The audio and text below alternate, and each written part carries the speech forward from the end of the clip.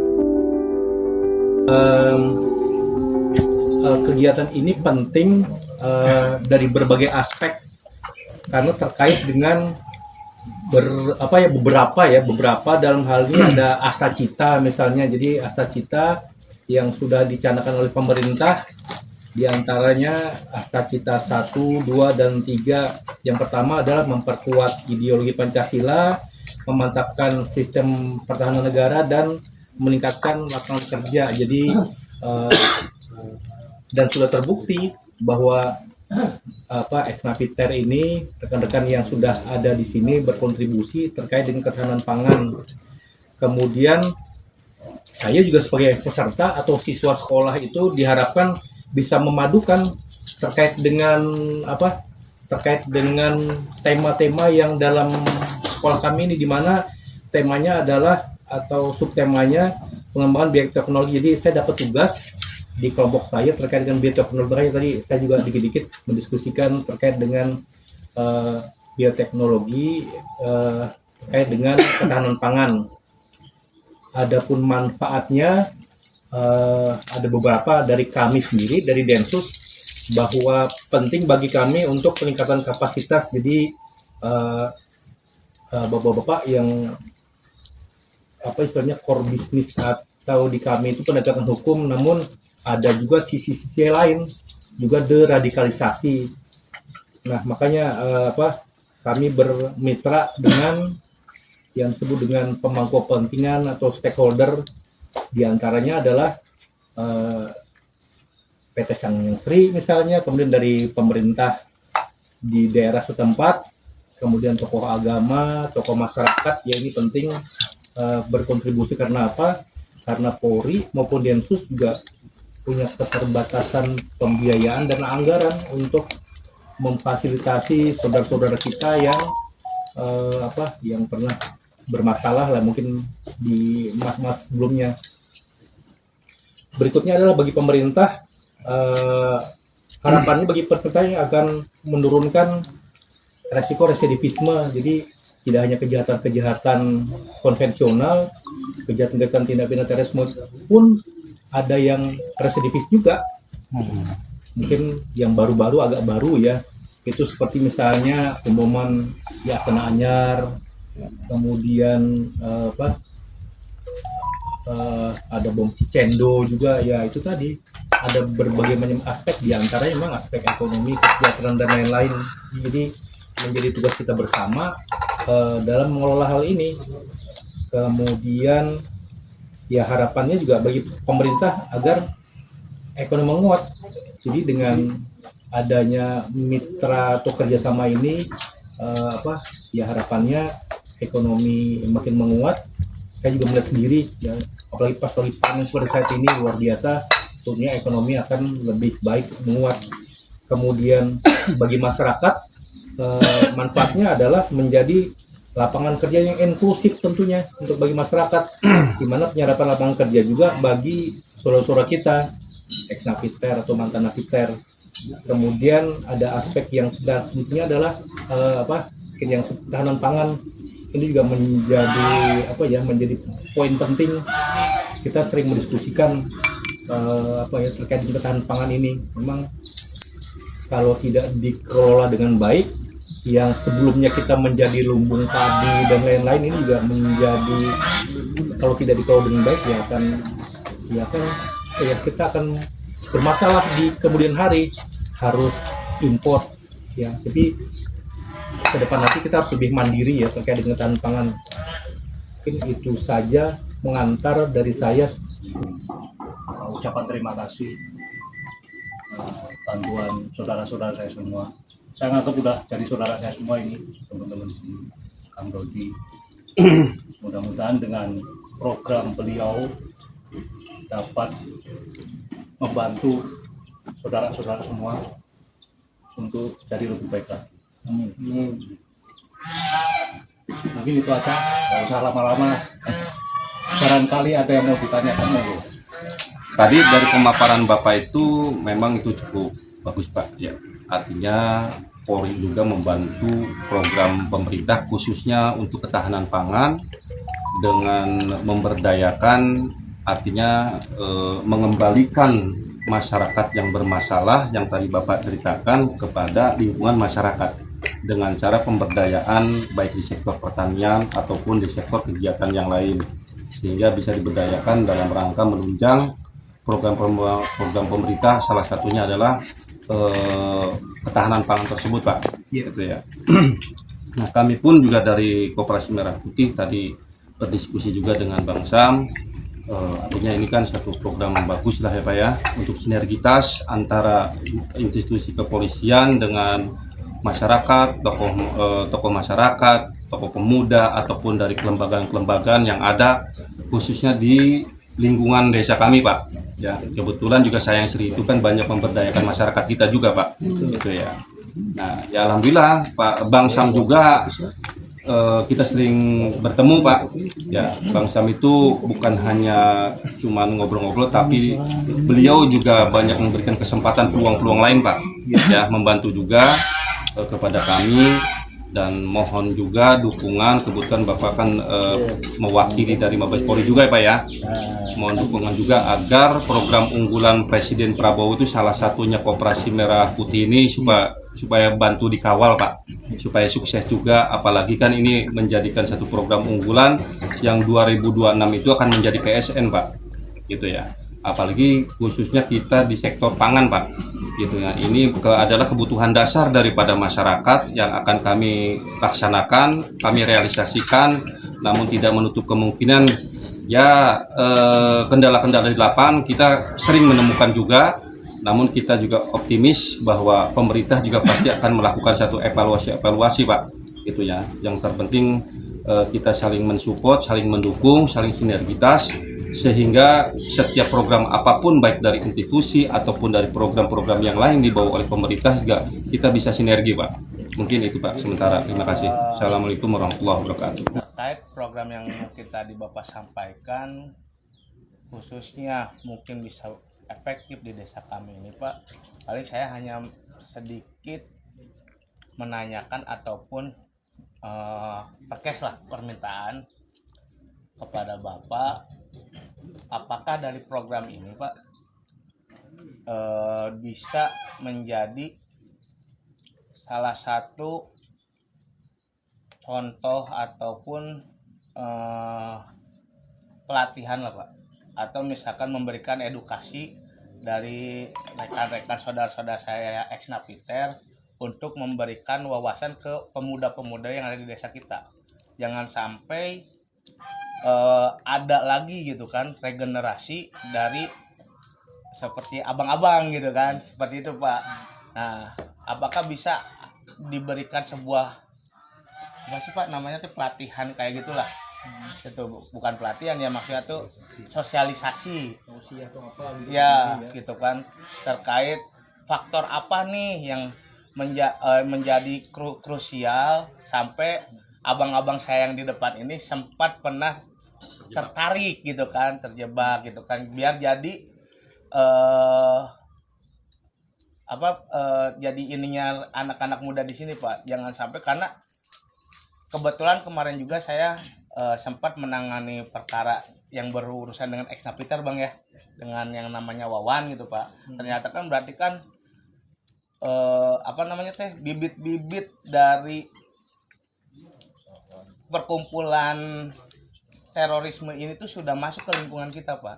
Nah, langkah apa yang sekiranya bisa dikerjasamakan dari komandan, didukung oleh abang-abang saya ex napiter, yang bisa dikerjasamakan dengan Karang Taruna untuk memberikan sosialisasi terkait dampak-dampak atau ciri-ciri yang adanya doktrinisasi gitu Pak ke pemuda gitu Pak. Kenakalan radikalismenya. Nah, kenakalan radikalismenya. Paling sekian komandan saya. Ini sangat antusias sekali atau sangat respons sekali dengan adanya undangan seperti ini untuk salam silaturahmi, yang mana program-program dari Bapak itu yang intinya untuk melakukan antara napiter dengan lingkungan supaya terciptanya sistem ketahanan pangan dengan menciptakan lapangan pekerjaan. Harapan saya sebagai kepala desa, mohon ketika memang ada program ini, kami khususnya saya atas nama pemerintah desa sangat mengharapkan sekali program-program yang memang terbukti untuk di bidang pertanian supaya memberdayakan masyarakat sekitar desa saya ini, desa Ciasemgira ini, supaya ikut berpartisipasi dalam pelaksanaan program-program yang mungkin akan Bapak laksanakan. Yang paling ini sekali, edukasi tentang yang dikatakan Ketua Karang Taruna itu tentang sosialisasi dampak atau risiko daripada ketika menjadi teroris, itu mungkin berdampaknya seperti apa. Mungkin barangkali di desa juga kayak kemarin juga kan udah pernah ada sosialisasi pemahaman tentang teroris di desa Pak. Mungkin itu juga bisa dikembangkan lagi. Kami welcome untuk tempat untuk melaksanakan sosialisasi tentang pengertian masalah dampak daripada teroris ini, supaya pemuda-pemuda kita itu memahami bahwa ini adalah berdampak baik untuk tujuan berbangsa dan bernegara di desa ini dengan adanya teroris, pemahaman radikalisasi yang keras dan akan berdampak buruk kepada negara. Kemudian hal-hal lain yang mungkin dari pemerintahan desa yang mungkin diusulkan atau diinginkan ketika adanya program, poin-poin programnya mohon kiranya diperjelas Pak. Misalkan kita akan menanam apa, atau mungkin kita ada program apa, atau kita bisa memasarkan apa yang memang bermanfaat bagi para petani yang ada di sekitar Sangiang Sri ini. Sementara itu Pak, mohon maaf barangkali ada yang kurang berkenan. Terima kasih. Wassalamualaikum warahmatullahi wabarakatuh. Hari ini ya, judul hari ini tentang kebudayaan teman-teman ex napiter yang dikaitkan dengan bioteknologi dalam rangka mengatasi radikalisme, juga untuk ketahanan pangan. Nah mungkin ini hanya masukan Pak, bahwa kalau kita ngomong kebudayaan berarti kita ngomong 5 kapital aset Pak, atau modal, yaitu sumber daya alam, sumber daya manusia, finansial atau keuangannya. Yang keempat adalah aspek sosial. Nah, yang kelima adalah sarana dan prasarana lingkungannya. Nah, setelah ketemu 5 kapital aset, Pak, kalau di sini yang saya tahu selama saya 2 tahun lebih, Pak, sumber daya alamnya adalah sawah. Dan sawah pun ada beberapa yang lahan tidur, ada sawah produktif, ada rarabak, lahan tidur, ada juga yang pekarangan. Pekarangan itu kayak gini, Pak, kanan kiri mes atau rumah atau lahan-lahan yang kurang produktif, itu banyak sumber daya alamnya di sini, Pak. Nah, di sini ada embrionya itu adalah yang sudah dibuat oleh Bang Sam, itu adalah ternak dan lele. Jadi kalau sumber daya alamnya adalah sawah dan budidaya padi pasti ada rumput ya, Pak ya. Iya. Pasti ada rumput. Makanya Bang Sam mengkaitkan dengan rumput, berarti harus ke domba. Makanya Bang Sam di belakang ada domba. Nah, itu berkaitan dengan pangannya, Pak. Ada tanaman pangan, ada daging dalam rangka ketahanan pangan.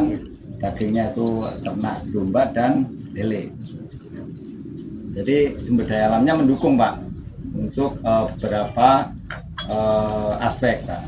Jadi sumber daya alamnya mendukung. Ada jerami, sebenarnya bisa ke sapi ya, Pak ya.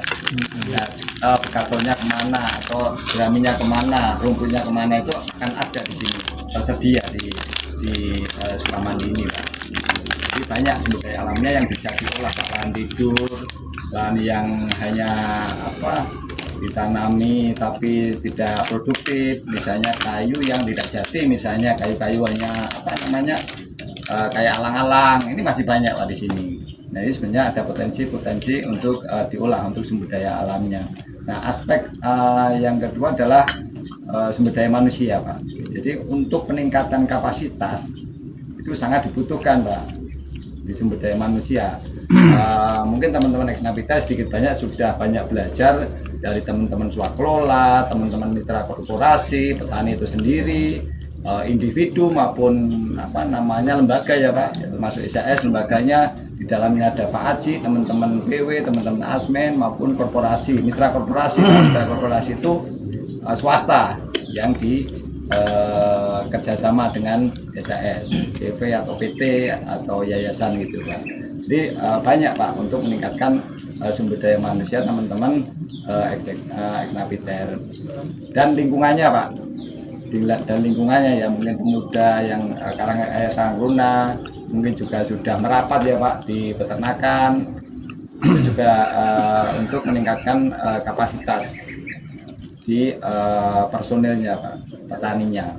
Karangtaruna pun juga sudah sedikit banyak terlibat, sudah merapat ke ternaknya dan mungkin nanti bisa untuk meningkatkan sumber daya manusia yang berdampak kepada ex-napiter maupun lingkungannya, Pak. Lingkungannya ya Karangtaruna tadi ya, yang ada di sekitar sini. Nah, yang ketiga memang finansial ini sangat krusial, Pak. Krusial. Krusial. Nah, sebenarnya ini banyak aspek, Pak. Bisa ke APBD, mungkin yang Pak Lurah ya, bisa ke APBD, atau APBD bisa dana-dana aspirasi, atau mungkin dana-dana CSR, bank atau lain sebagainya, Pak. Nah, untuk mengkaitkan agar program ketahanan pangan itu juga tercapai, Pak. Nah, selain desa kontribusi, terus ada yang dana-dana CSR di dekat-dekat sini bisa untuk memotivasi lingkungan di sekitar, misalnya Karangtaruna dan sebagainya. Nah, untuk aspek sosial tadi ada usulan, misalnya ada sosialisasi ya, Pak ya, sosialisasi teman-teman ex-napiter untuk masyarakat kan gitu. Karena mungkin memori memori ya. Nah, yang sarana prasarana ini juga sangat mahal ya, Pak.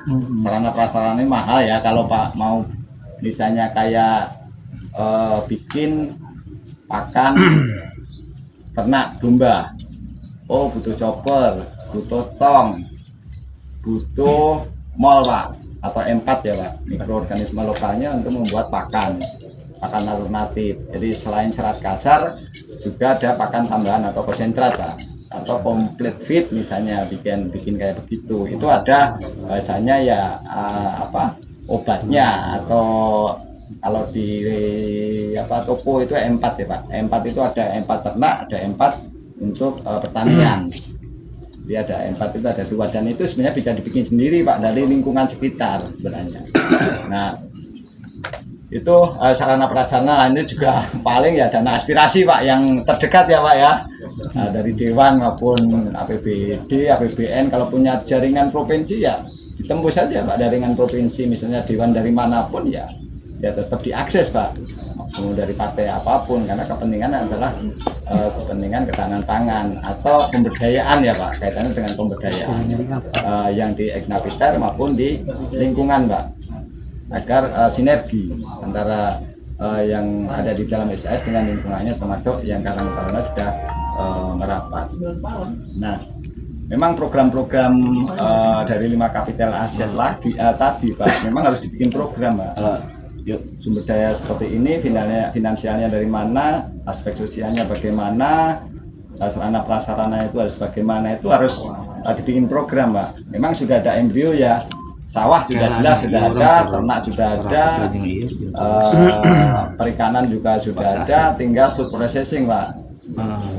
Tinggal food processingnya yang belum ada mungkin ya Pak ya, mungkin dari Merah Putih bisa memasarkan misalnya produk olahan, misalnya abon lele atau keripik lele atau keripik kulit dari domba atau dan sebagainya, mungkin bisa dipasarkan oleh Koperasi Merah Putih tadi. Jadi yang dari dalam SAS bisa keluar di lingkungannya di koperasi maupun Karang Taruna. Nama saya Didi Sududi, kebetulan saya sebagai ketua Eknapiter dalam program pemberdayaan Eknapiter di Subang. Tadi menanggapi keresahan mungkin ya, karena memang dengan realitas sekarang Pak, pemuda-pemuda itu sangat rentan sekali terkena doktrin. Maaf, bukannya saya sombong, kalau saya pergi ke kampung ngumpul sama pemuda-pemuda 10 orang, hari itu juga saya bisa jadikan mereka teroris Pak. Kenapa? Karena ya tadi berkaitan dengan ketidaktersediaannya lapangan pekerjaan, susahnya mereka dalam mencari kerja, susahnya mereka dalam mencari penghidupan, dan pintu-pintu kami dahulu untuk menjadikan seseorang itu berpaham radikal atau tergabung atau terjerat dalam pemahaman terorisme itu bukan hanya dari sisi keagamaan, tapi juga dari sisi perekonomian, kepolitikan, dan lain sebagainya. Untuk itu perlu juga ditanggapi dengan serius pernyataan Akang Karang Taruna tadi, bahwa memang perlu juga diadakan sosialisasi edukasi berkaitan dengan kontra radikalisme dan terorisme di daerah sekitar kita. Karena saya beberapa kadang ya kalau saya lihat ini gampang sekali kalau dijadikan teroris gitu, dijadikan bomber cukup didoktrin, dimotivasi, jadilah. Nah, untuk karena kenapa tidak terjadi demikian? Karena memang belum ada aja Pak, belum tersentuh saja. Tapi ini bukan mustahil akan dijadikan basis Pak, karena di Subang di sini tuh STK saya kebetulan orang Subang Pak, Compreng. Dan di sini juga saya dulu pernah ngaji juga di daerah di sini Pak, Cilamaya. Dan di situ basis Pak, dari berbagai daerah di Jawa Barat kumpul di situ. Yang kalau pembahasan masalah tauhid apa segala macam itu nomor 2 Pak. Yang pertamanya itu adalah ketidaksukaan kita kepada pemerintah. Mohon maaf, saya gabung ke jaringan itu di umur 19 tahun Pak. Dan umur 22 tahun saya sudah ikutan aksi ditangkap Pak. Dan yang dikampanyekan kepada kita yang pertama kali itu bukan Indonesia negara kafir apa segala macam, itu nomor 2 Pak. Yang ditanamkan kepada kita, yang kompor-kompori bahasa kitanya, pemerintah itu tidak adil Pak. Saya lulusan SD Pak, SMP tidak tamat, dan susah sekali mencari pekerjaan Pak. Saya pernah 2008 itu jualan balon di Pengkolan Ciasem sini Pak, balon kekok kayak gitu deh. Saya jualan di situ, dan saya pernah ikut ya malak lah, apalah gitu. Jadi wah memang pemerintah ini susah, tidak adil. Lihat kepala desa kaya, lihat anggota dewan kaya, sedangkan kita yang berada di sekitarnya itu cari kerja aja susah.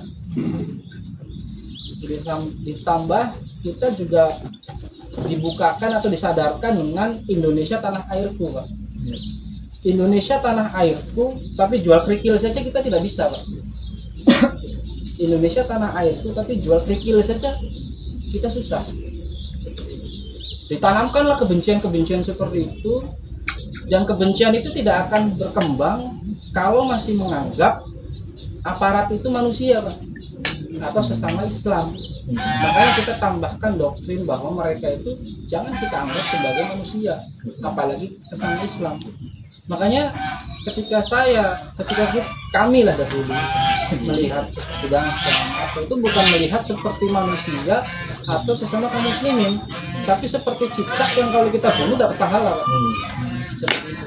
Itulah bahayanya doktrin terorisme Pak. Yang mana cikal bakalnya itu ya saya lihat di sini sudah ada Pak. Ya efek dari apa? Efek dari susahnya mencari lapangan pekerjaan. Makanya dengan adanya kegiatan diskusi seperti ini, kumpulan adanya dari koperasi, Karang Taruna, pihak kepala desa dan Densus, pihak Sang Sri di sini ya kita bisa bersinergi Pak. Bagaimana caranya agar setidaknya dimanapun kami berada, kami bisa memberikan edukasi kepada masyarakat sekitar, terutama generasi muda, agar tidak kembali atau agar tidak terkena pemahaman seperti kami dahulu. Seperti itu. Dan ketika sudah terkena, kalau sudah terkena memang agak sulit Pak, karena sepupu saya 2 kali masuk penjara Pak. Kemarin baru bebas, adik-adikan lah, itu 2 kali juga masuk penjara. Kakak saya juga masuk penjara, paman saya juga dua-duanya masuk penjara. Semuanya itu ya terorisme Pak. Jadi kalau sudah jadi ex napiter mungkin ya ada yang masih sulit dalam mencari pekerjaan, ada juga yang sudah dimudahkan seperti kami ini. Makanya kalau bisa memang program ini terus di support, terus didukung agar terus berjalan, dan jangan sampai dilupakan kawan-kawan yang belum sampai berpemikiran seperti kami dahulu dari kalangan pemuda-pemuda Karang Taruna dan lain sebagainya. Mungkin seperti itu aja dari saya. Satu lagi Pak, mohon maaf Kang, kami juga ada, saya terutama sebagai narasumber ya, saya pernah ke Kalimantan juga Pak, ke Balikpapan, Samarinda, jadi narsum untuk anak-anak SMA Pak, anak-anak SMA, terus anak-anak kuliahan gitu betulnya. Difasilitasi AIDA biasanya Pak. Oh iya. Ya sama AIDA alias Indonesia Damai. Ya, betul. Di Bandung, di Jakarta, di Lampung Pak. Ya, program-program seperti itu Kang. Jadi kalau bisa memang dari pihak Densus atau Polri itu malah seharusnya memfasilitasi Pak program-program kegiatan itu. Jangan malah lebih besar dimanfaatkan ya ini kan oleh swasta Pak. Seperti itu. Karena yang saya lihat selama ini yang saya lihat selama ini yang memfasilitasi kegiatan-kegiatan kontra teror itu dari kalangan swasta Pak. Seperti itu dari kalangan AIDA tadi. Makanya dengan adanya diskusi ini mudah-mudahan bisa adanya dari pihak Densus atau dari kelurahan gitu untuk memfasilitasi ya kami atau ex napiter untuk sosialisasi kontra terorisme kepada anak-anak SMA, geng-geng mod. Karena mereka itu adalah menurut pemahaman kami dulu adalah target Pak. Target yang memang ya bisa sekali pakai lah bahasa kita doktrin atau segala macam, tinggal kasih bom jeger sudah selesai. Seperti itu. Makanya ya mudah-mudahan sih ini bisa ditanggapi dengan serius Pak, program seperti yang disampaikan oleh Akang tadi. Mungkin itu aja Pak. Waalaikumsalam. Rekan-rekan semuanya, kalau yang saya tangkap ini rekan-rekan ex Napiter ini orang yang mau maju. Amin. Mau maju, punya semangat gitu. Jadi kita sebagai stakeholder apapun, tugas kita sama-sama ya supaya mereka ada pemberdayaan, kita fasilitasi. Itu sih yang diperlukan sama mereka dalam waktu dekat menengah. Nanti jangka panjangnya ya mereka kan itu namanya inkubasi ya. Jadi kalau mau ibarat bayi itu inkubator. Anak-anak ini, teman-teman ini, adik-adik ini itu perlu inkubator, dibimbing pengetahuannya tentang pertanian itu mumpuni, dilipat seperti petani-petani yang lain. Jadi mereka akhirnya punya kegiatan yang pasti ekonomi dan seterusnya. Saya rasa begitu Pak Resi. Intinya udah gitu aja. Terima kasih. Assalamualaikum warahmatullahi wabarakatuh. Kegiatan hari ini adalah dalam rangka mensosialisasikan pemberdayaan mantan narapidana terorisme terkait dengan penurunan tingkat atau derajat radikalisme, juga mendukung upaya pemerintah terkait dengan ketahanan pangan. Terima kasih.